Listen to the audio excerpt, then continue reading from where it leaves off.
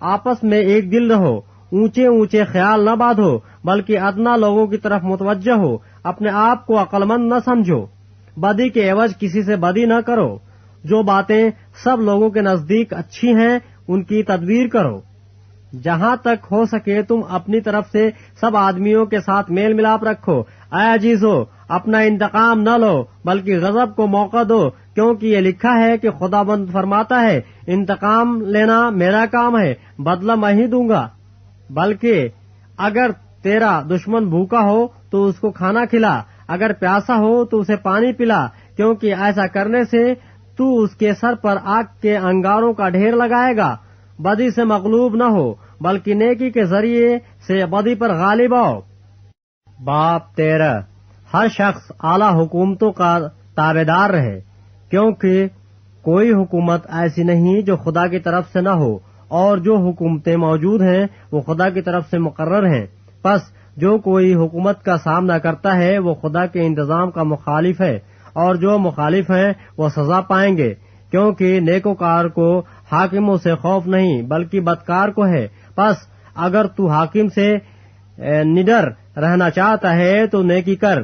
اس کی طرف سے تیری تعریف ہوگی، کیونکہ وہ تیری بہتری کے لیے خدا کا خادم ہے۔ لیکن اگر تو بدی کرے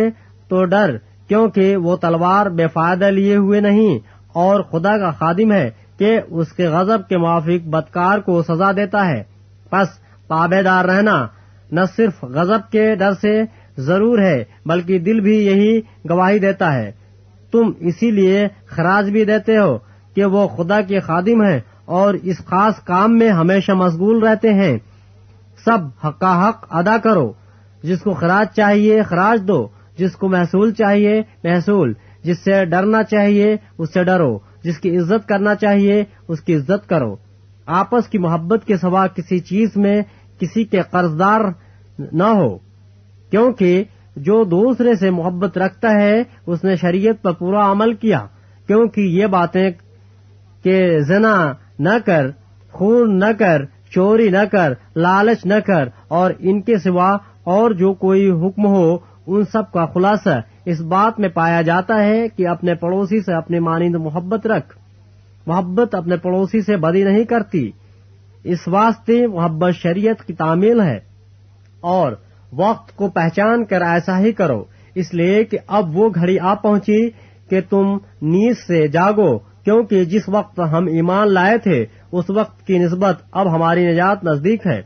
رات بہت گزر گئی اور دن نکلنے والا ہے، پس ہم تاریکی کے کاموں کو ترک کر کے روشنی کے ہتھیار باندھ لیں،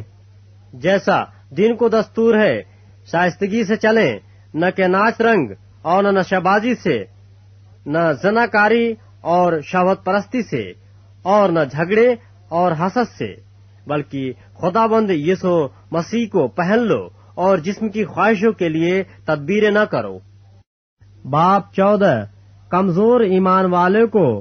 اپنے میں شامل تو کر لو مگر شک و شبہ کی تکراروں کے لیے نہیں۔ ایک کو اعتقاد ہے کہ ہر چیز کا کھانا روا ہے اور کمزور ایمان والا ساگ پات ہی کھاتا ہے۔ کھانے والا اس کو جو نہیں کھاتا حقیر نہ جانے، اور جو نہیں کھاتا وہ کھانے والے پر الزام نہ لگائے، کیونکہ خدا نے اس کو قبول کر لیا ہے۔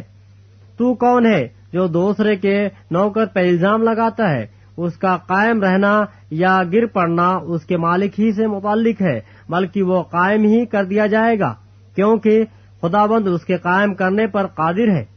کوئی تو ایک دن کو دوسرے سے افضل جانتا ہے اور کوئی سب دنوں کو برابر جانتا ہے۔ ہر ایک اپنے دل میں پورا اعتقاد رکھے۔ جو کسی دن کو مانتا ہے وہ خداوند کے لیے مانتا ہے، اور جو کھاتا ہے وہ خداوند کے واسطے کھاتا ہے، کیونکہ وہ خدا کا شکر کرتا ہے، اور جو نہیں کھاتا وہ بھی خداوند کے واسطے نہیں کھاتا اور خدا کا شکر کرتا ہے، کیونکہ ہم میں سے نہ کوئی اپنے واسطے جیتا ہے نہ کوئی اپنے واسطے مرتا ہے۔ اگر ہم جیتے ہیں تو خداوند کے واسطے جیتے ہیں، اور اگر مرتے ہیں تو خداوند کے واسطے مرتے ہیں۔ پس ہم جیئیں یا مریں خداوند ہی کے ہیں، کیونکہ مسیح اسی لیے موا اور زندہ ہوا کہ مردوں اور زندوں دونوں کا خداوند ہو۔ مگر تو اپنے بھائی پر کس لیے الزام لگاتا ہے؟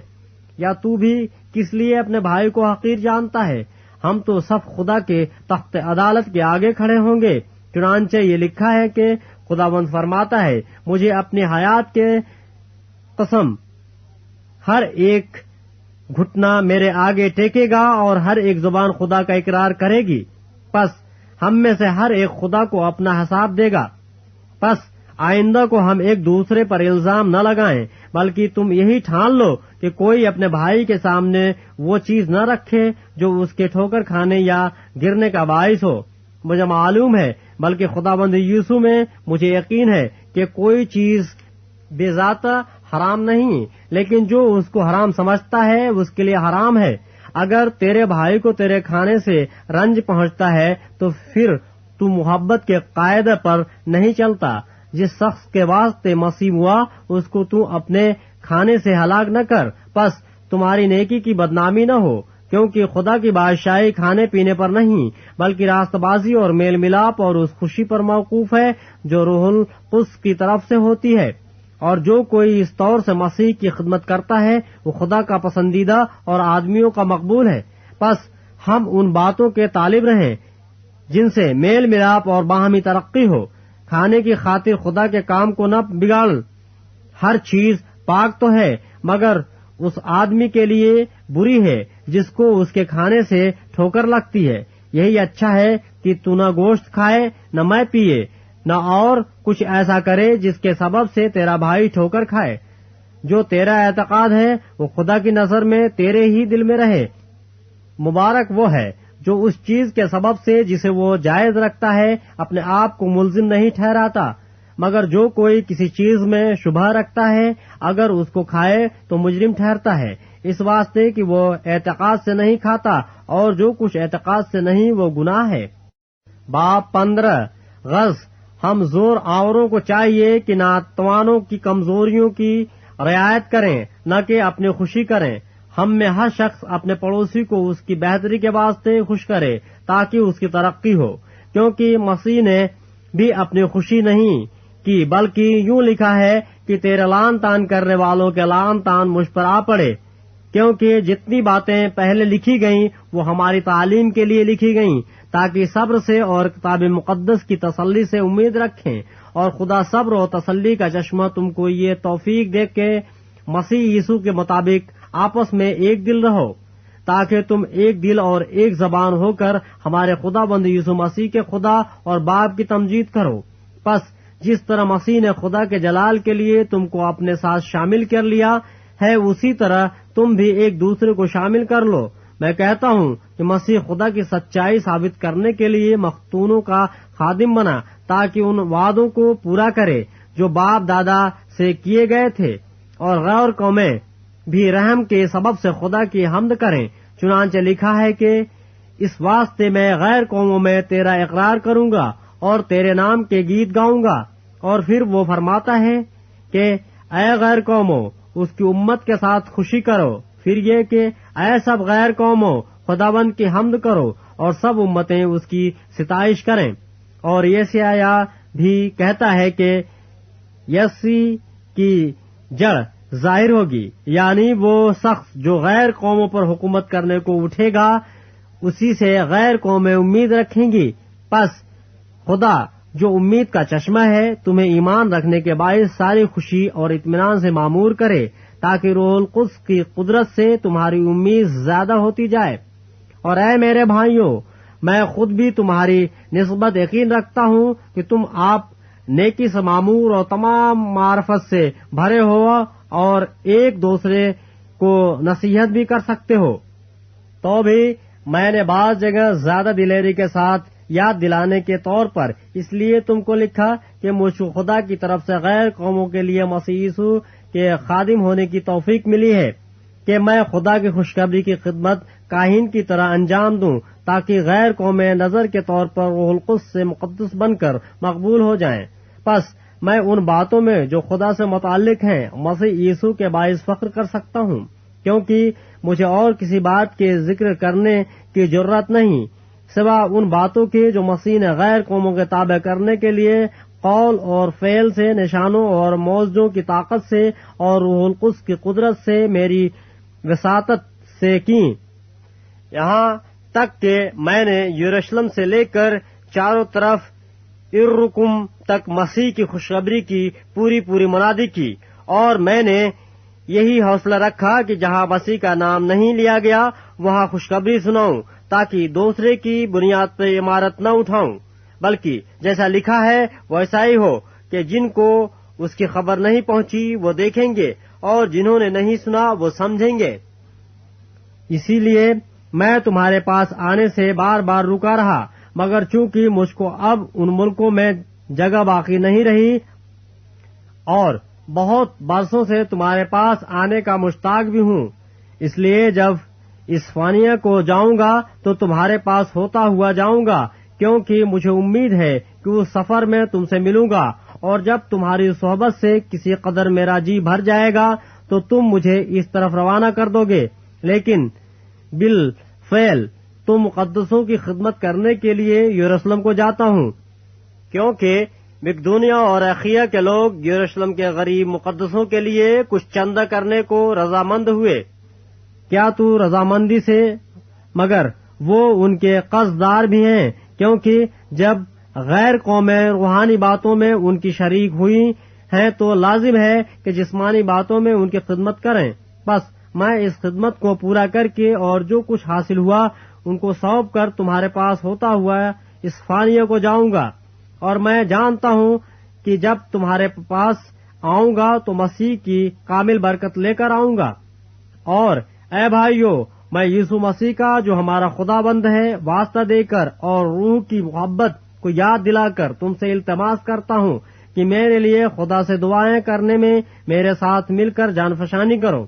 کہ میں یہودیہ کے نافرمانوں سے بچا رہوں اور میری وہ خدمت جو یروشلم کے لیے ہے مقدسوں کو پسند آئے، اور خدا کی مرضی سے تمہارے پاس خوشی کے ساتھ آ کر تمہارے ساتھ آرام پاؤں۔ خدا جو اطمینان کا چشمہ ہے تم سب کے ساتھ رہے، آمین۔ باب 16 میں تم سے فیبے کی جو ہماری بہن اور قنخریہ کی کلیسیا کی خادمہ ہے سفارش کرتا ہوں کہ تم اسے خداوند میں قبول کرو، جیسا مقدسوں کو چاہیے، اور جس کام میں وہ تمہاری محتاج ہے اس کی مدد کرو، کیونکہ وہ بھی بہتوں کی مددگار رہی ہے، بلکہ میری بھی۔ پرسکا اور اکولا سے میرا سلام کہو، وہ مسیح یسوع میں میرے ہم خدمت ہیں۔ انہوں نے میری جان کے لیے اپنا سر دے رکھا تھا، اور صرف میں ہی نہیں بلکہ غیر قوموں کی سب کلیسیائیں بھی ان کی شکر گزار ہیں۔ اور اس کلیسیا سے بھی سلام کہو جو ان کے گھر میں ہے۔ میرے پیارے ایپنتس سے سلام کہو جو مسیح کے لیے عاصیے کا پہلا پھل ہے۔ مریم سے سلام کہو جس نے تمہارے واسطے بہت محنت کی۔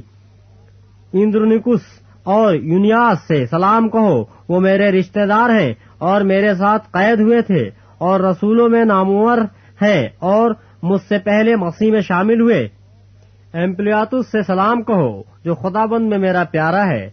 اربانس سے جو مسیح میں ہمارا ہم خدمت ہے، اور میرے پیارے استخس سے سلام کہو۔ اپولس سے سلام کہو جو مسیح میں مقبول ہے۔ ارطبولس کے گھر والوں سے سلام کہو۔ میرے رشتہ دار ہیرودیون سے سلام کہو۔ نرکسس کے ان گھر والوں سے سلام کہو جو خداوند میں ہیں۔ ترفینا اور ترفوسا سے سلام کہو جو خداوند میں محنت کرتی ہیں۔ پیاری پرسس سے سلام کہو جس نے خداوند میں بہت محنت کی۔ روفوس جو خداوند میں برگزیدہ ہے، اور اس کی ماں جو میری ماں ہے، دونوں سے سلام کہو۔ اس نکرتس اور فلگون اور ہرمیس اور پترباس اور ہرماس اور ان بھائیوں سے جو ان کے ساتھ ہیں سلام کہو۔ فلولگس اور یولیا اور نیریوس اس کی بہن اور اولمپاس اور سب مقدسوں سے جو ان کے ساتھ ہیں سلام کہو۔ آپس میں پاک بوسہ لے کر ایک دوسرے کو سلام کرو۔ مسیح کی سب کلیسیائیں تمہیں سلام کہتی ہیں۔ اب اے بھائیو، میں تم سے التماس کرتا ہوں کہ جو لوگ اس تعلیم کے برخلاف جو تم نے پائی پھوٹ پڑنے اور ٹھوکر کھانے کا باعث ہیں ان کو تاڑ لیا کرو اور ان سے کنارہ کیا کرو،